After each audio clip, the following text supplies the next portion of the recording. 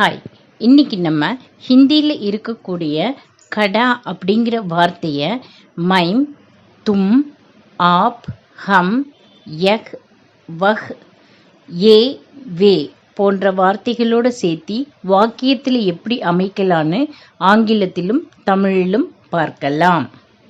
Kara that means stand. நில் இதை மைம் கூட சேர்த்தலாம். மைம் தட் மீன்ஸ் ஐ எம், நான். If it is a boy, மைம் கடா ஹூ. Girl, மைம் கடி ஹூ. That means I stand, நான் நிற்கிறேன். Next word is tum. That means you, நீ. Boy, tum kade ho. Girl, tum kadi ho. That means you stand, நீ நிற்கிறாய். Next word is aap. That means you. We will use this word while giving respect. Okay. நீங்கள். If it is a boy, aap kadeheim. Girl, aap kadiheim. That means you stand. நீங்கள் நிற்கிறீர்கள். Next word is hum. That means we, நாம். Boys, hum kadeheim. Girls, hum kadiheim. That means we stand. நாம் நிற்கிறோம். The next word is yah, vah.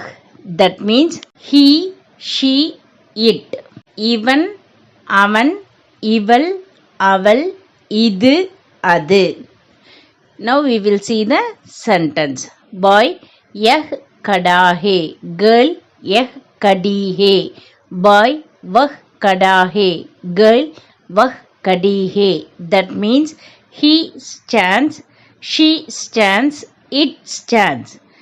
இவன் நிற்கிறான், அவன் நிற்கிறான், இவள் நிற்கிறாள், அவள் நிற்கிறாள், இது நிற்கிறது, அது நிற்கிறது. Next word is ye, ve. That means these, they, those. இவர்கள், அவர்கள், இவைகள், அவைகள். Now we will see the sentence. Boys, ye kadeheim. Girls, ye kadiheim. Boys, ve kadeheim. Girls, ve kadiheim. That means these stand, they stand, those stand. இவர்கள் நிற்கிறார்கள், அவர்கள் நிற்கிறார்கள், இவைகள் நிற்கின்றன, அவைகள் நிற்கின்றன.